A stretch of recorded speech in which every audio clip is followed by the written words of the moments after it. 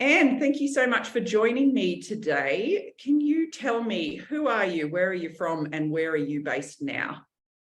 Yeah, thank you for having me, Joe. Yeah, so I'm Annegret Bertsch, but feel free to call me Anne. And I'm from Germany. And right now we're living in Alabama in the United States of America. Oh my goodness. So tell me, how does a young German gal end up in the the Midwest of the US? Actually, we're here for the second time. So we've been here 11 years ago, about 12 years. Yeah, so 2012. And my husband got a job offer to work here. So we did that. We spent about 3 years here, headed back home to Germany, had a bit of a case of reverse culture shock. And then we're just looking, should we do this again or not? And then another job opportunity came up fairly quite after that. And so we went to China, Beijing, and the opposite direction. And we've been there for 5 years. And then in 2021, we came back to Alabama. So we're like, not around the world, but a little bit. Wow. So, okay, there's a lot just to unpack, even just there. Tell me, well, what does your partner do to end up with a job in Alabama in the first place? He works for an automotive company. I see. So then when you went back the second time, was it with the same company? I see. Okay. And was the job in Beijing with the same company? It was. Yep. Okay, right. So that makes a little bit more sense when you're not jumping around companies as well. I see. So tell me then, so first up, Alabama, can you please tell me what that was like? Are you in a big city? Are you in a small town? What sort of day-to-day life? Well, what did it look like in 2012? What was that initial first trailing spouse experience like for you? I think here in Alabama, there are only small towns, especially if you've seen Beijing. I think now my perspective has shifted a little bit. So, but even back then, it's a small town here. And I was a little hesitant the first time when we came here because I had all the prejudices, I guess you would have, about moving to Alabama. But once we moved here, to me, it felt really friendly. The people were really kind. And our son was 1 at the time, and it was just perfect to have little children because there were lots of parks, playgrounds, kids' museums. So like anything you would need for a young child. So I was pleasantly surprised how good I fit in and how easy it was. And not to forget the sunshine. I mean, I love sunshine, so that just brightens my mood. And of course, Alabama has a ton of that, and I just really liked it. So what part of Germany are you from? I'm originally from the eastern part, but we were living in the southern part. I see. So had you moved, were you guys city living and coffees in the morning on the way to work and going out to dinner regularly and that sort of city life before you moved to small town Alabama? A little more, yes, a little more than we did here. But then again, you could still do these things because Alabama is very welcoming to bring kids along. Yeah, like there are sporting events where you can bring the kids and nobody cares, like if they're crying sometimes, or wherever you go. So I felt that very welcoming. Or you go to the restaurants and everything is prepared for you. You have a kids chair and kids menu, and if they're crying, and someone will just make a joke and brighten them up. So I think that felt really easy to still go out and about, even if you had little kids. So I guess that's one part why I liked it so much. Yeah, yeah. So tell me, like, I am from small town rural Australia. What still classifies as a small town in Alabama? Do you know what population the town was? Oh, good question. I don't want to get it wrong.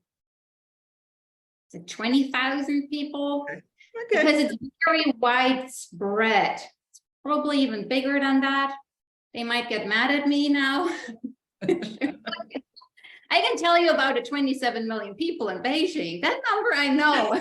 So tell me how did you sort of make friends and build a network and those sorts of things when you first arrived in Alabama, especially with a 1-year-old? Again, that was the easy part because there were many families with young kids there. And it also was rather easy because I spoke the language just to communicate with other moms, even American moms, like in our street. We just met, we talked, we went to play dates together. And I think that helped just to feel more at home here immediately. Like I built up a support network really quickly.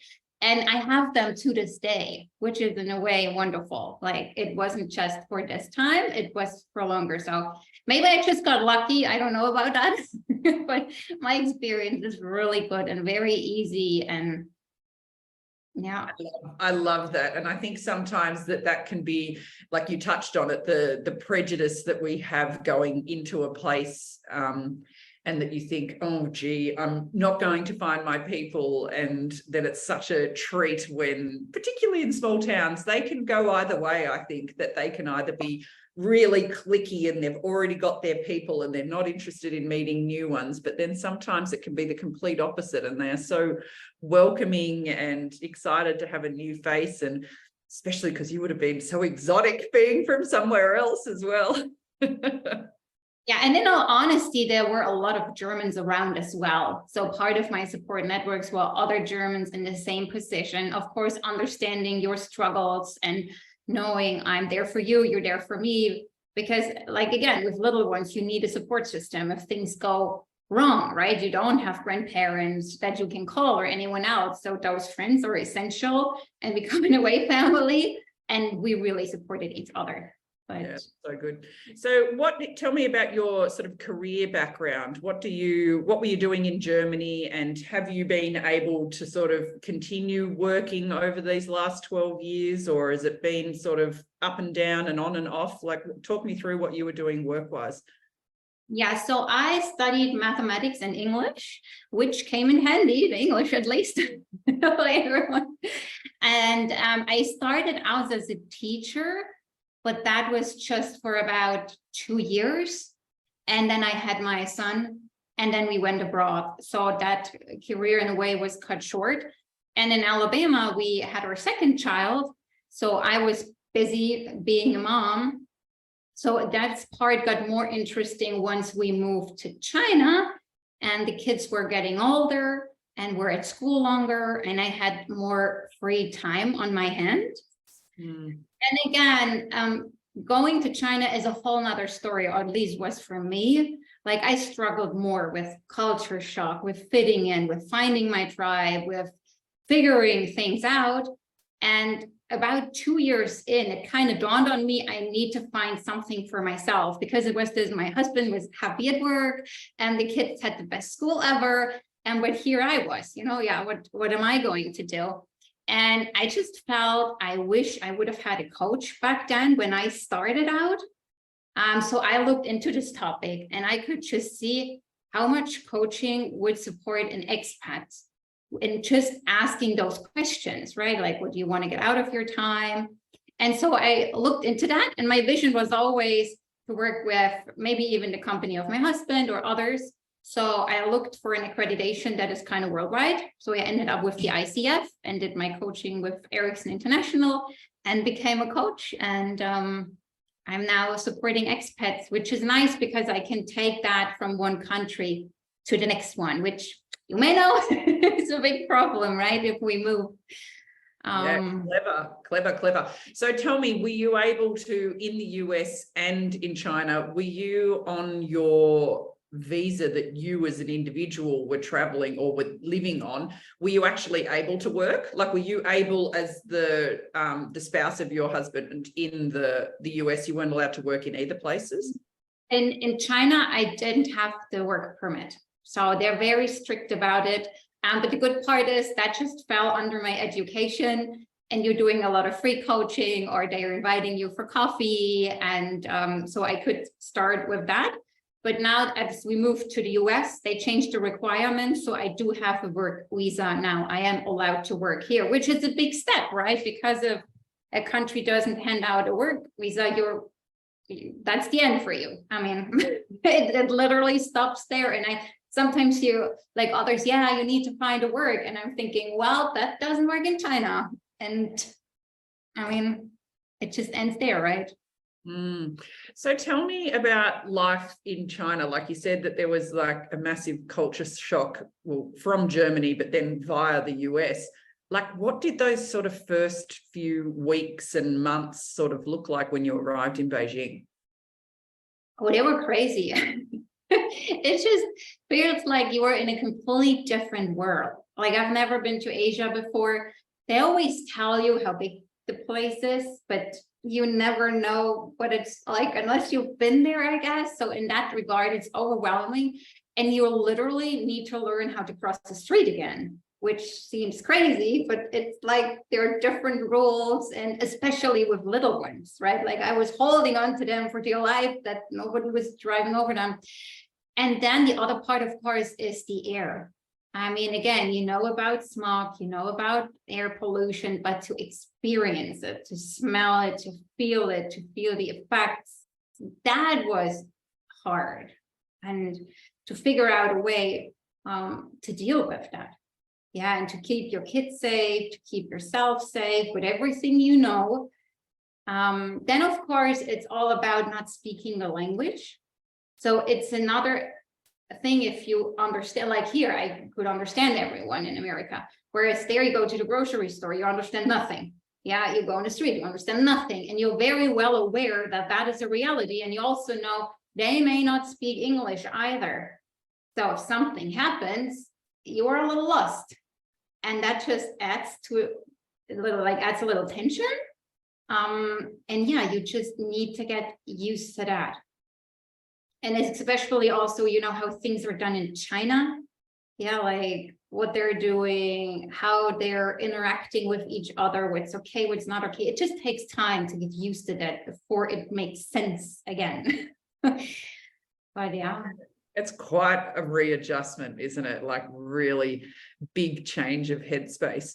So tell me, how did you then, like, once you sort of could cross the road safely and you had come to terms with that the air is a little thicker to be breathing in on a daily basis, how did you sort of find, like, at least initially the expat crowd? Was your husband's company sort of good at getting you set up or linked in with people initially, or was it pretty much a free-for-all that you were like, okay, I'm on my own here and I've got to find my people?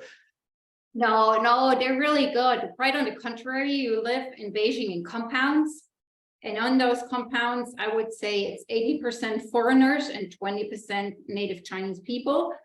And these foreigners, unless here, weren't only Germans. Yeah, they were from France, from Australia, from literally all over the world, which made it an exciting place to be, because at the pool, you could meet someone from Africa next to someone from Brazil. And since we were all in the same boat, everyone was really open and eager to get to know each other. And same thing there, you can build a community really easily. Like that wasn't the problem at all. But yet it was in these strict walls of the compound. Yeah, so it wasn't outside. Yeah, interesting. Yeah. And so did you find almost like, I guess, a collective frustration in a sense with the spouses that were all in a really similar situation as far as the inability to work? Was that something that you found was like a common thread, or was it something that everyone had just sort of said, okay, well, that's how it is, and we just deal with that frustration? I've never really felt that it was about work. I felt some were like they had a struggle if they gave up a potential good job in Germany. And then they were kind of like there and kind of looking around and thinking, okay, I gave my job up for this, if they didn't like it, right? Or if they were struggling at the beginning. So I could tell that, but I think because we knew from the beginning what it would be like you went there and they were very clear with you what you can and couldn't do, there were no surprises there. So it wasn't like, oh, I can't work here. We all knew that coming in. And then I guess Beijing, on the other hand, is big enough. There is so much to see, to explore, to do, to just fill your day. That never really, I never felt that I heard from many women, oh, I wish I would be working more. If it would have been a better idea, yes, because there's a lot of drinking going on as well. No, so, or like you can go shopping or yeah, kind of be in a different world. Yeah. And maybe for some, if they would have had the opportunity to work, maybe they would have enjoyed that, but that was never an option. So I think you never talked about that because you knew there was no solution to that. Yeah, that's so interesting. Isn't that so funny that that just sort of reaffirms the stereotype of the expat wife that is drinking during the day and then going shopping? It's so true. They called us champagne wives. And I was like, okay, that's there for a reason. It's really, yeah. Different than here. So yeah. Yeah, how interesting. So did you find coming back to the US that second time when the visa changes had happened, did you go back and how many years were you in Alabama the first time? A little over 3 years. Okay. And so did you find that quite a dramatic change when you came back? You had older kids and getting a bit more restless after, did you say 5 years in China? Yeah. Did you find it quite a different experience coming back that second time?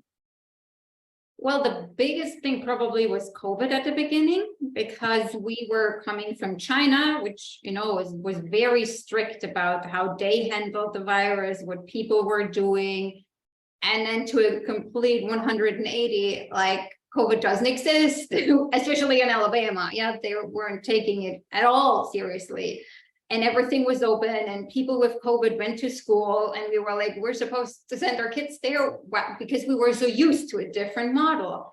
So that was a big adjustment coming from a very strict country to a very open country in regards to COVID. So it took some time to get used to that and to find a way with these new conditions from the outside world.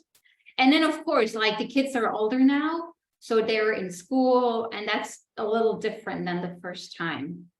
But yeah, it was an advantage that we knew everything around, like where places are, where the hospital is. Yeah, so that made it easier.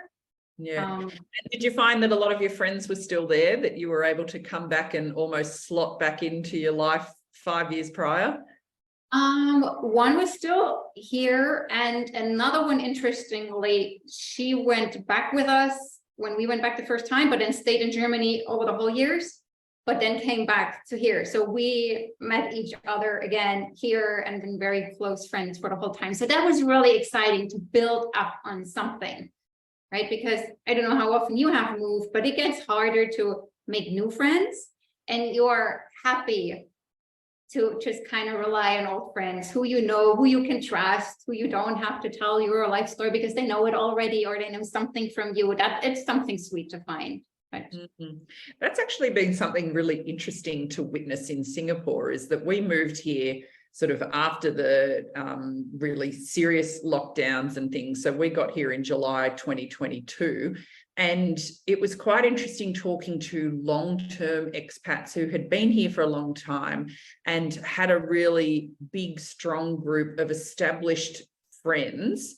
And during those COVID years, there was just such a mass exodus of people that had been here for a really long time that the people that were sort of left behind at the end had to get back out there. It was like being back on the dating scene, and that they had to actually make an effort and find new friends and things. And they said it was quite confronting because they had got comfortable and hadn't really bothered making new friends because they had such a strong sort of support network and friendship group. And so it's been really interesting watching these people who are out and about and are at events and say networking things, and they're like, oh, I've actually been here for 15 years and I'm back out. I need new friends. All my friends have left. Starting out again. Yeah, no, that can happen. And again, especially with COVID and all the changes, I can see that. Yeah. So I'm really interested to sort of hear some of the things that you in your coaching work that you're doing with expats. Where are they? Are they generally based in North America, the people that you're working with, or are you working with people from all over the world? They're all over the world. Yeah, like some are still in China, others are in Germany, here, Brazil, Mexico. Yeah. Yeah, that's really cool. So I'm assuming you would be seeing common themes that that you probably felt yourself and have experienced yourself. But one of the questions that I always love to ask people is like, what are some of the things that you wish you had known? And I assume you are then passing on that advice and things on a semi-regular basis. But what are, like, reflecting on your experience, and I guess taking on some of the experience that you've gathered from other people that you've worked with, what are some of the things that you wish you'd sort of known, say, before that first move? So from the Germany to the US move initially, but then moving, well, I guess actually just the 3 stages, because yours is quite interesting in that you moved, left, and then came back again. So I'm intrigued to sort of hear some things that you wish you'd sort of known at each of those stages. I think, and I could summarize that for all 3, it comes down, I think that's again why I became a coach. I wish I would have had someone at the beginning of this journey, because as a coach, I know there's a lot of misunderstanding out there what coaches are doing, but the main job is to ask that other person a question so that they can figure out what's best for them. And I think especially in coaching, there is, in expat life, there is not this answer. You know, the question, however, like, how would you use your time in Alabama the best time? That would count for all the assignments. Yeah. And that question, I always tell them, imagine you're in that plane 3 years from now. What do you want to look back on? You know, what is it? And that might vary, because some might have a little child or plans to get pregnant again. That's a whole different story. Another one has older kids and is eager to get into work. So then it's like, okay, you need to find a place. And the earlier you start, you're not coming in this down spiral because you are prepared. And I think just that one question, you know, what would you like to look back on when you leave, can just bring that change, because that's at least how it was for me. I slowly spiraled down. Yeah, you slowly become unhappy. You slowly, like I didn't do that, but others, you slowly start drinking. Yeah, you slowly start to shop, extend. These are all coping mechanisms because you're not happy with the situation. And I think this question and having someone where you can be open and who's not judging you at the same time. I always say, like, I'm this neutral person, right? Like, where you would can discuss questions like, should we go back or should we stay longer? Like, I, as a coach, I have no intent, like, I don't care if you stay or go, but I can make sure that you make the best decision for yourself, whereas everyone else is kind of talking into you. So I think that would be my wisdom to or advice, to find someone who's really there for you so you can figure out what's best for you, because we're also different, right? Different stages in life, where we're coming from, what we're dealing with.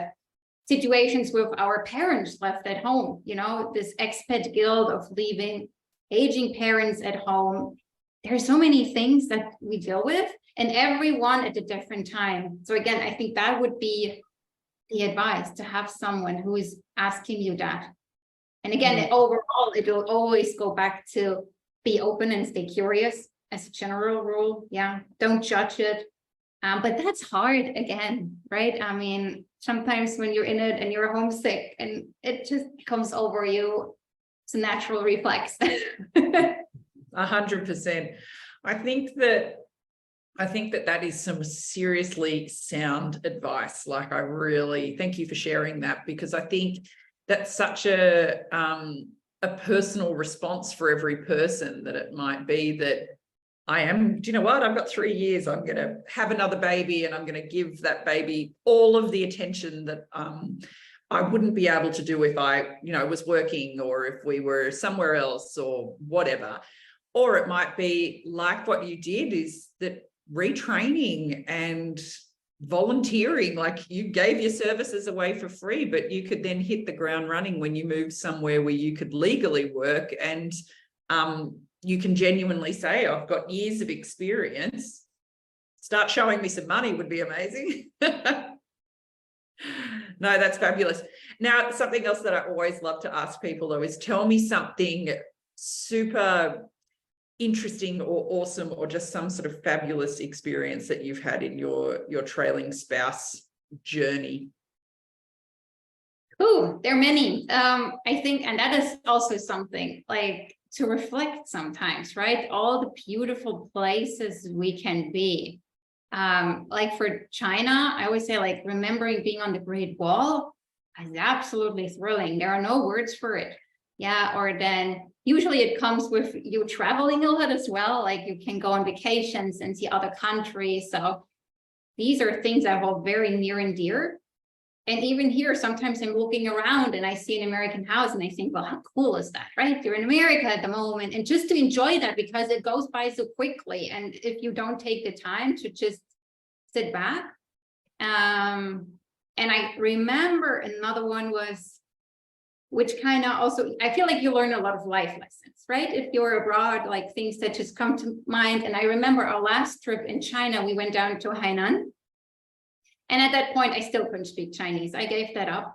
And I was walking along the beach alone and I saw this other Chinese family and they were playing with their children, you know, like the kids had their little feet in the water and they were giggling and laughing. And I felt like it's the same what we do, right? And it just shows how we are alike. And to see that was very special. Like this common thread that we all share as humans. So, and I think it's nice to see that. Yeah, you can read about that, but if you see it, if you experience that, it's very, very great. So. My goodness, I have to wrap you up on that because that is just such a beautiful image to end on. I love that. And thank you so much for sharing your story. I find it so fascinating to sort of to hear. There've been really quite dramatic changes for you. I've spent time in both Germany and the US and in the South in the US as well. And so I can actually totally relate to that. That walking past a really American, Southern American style house and you just feel like you're living in a movie, which I totally appreciate. But I haven't spent any time in China and I think that it's really just so fascinating to hear people's stories and their experiences because they are all so different. Like, even though that there is a similar sort of thread to people's experience, there's so many differences as well at the same time. And I love hearing other people's stories and experiences. And thank you so much for sharing. I really appreciate it. Well, thank you so much for having me, Jo. This was fun. Thanks, Anne.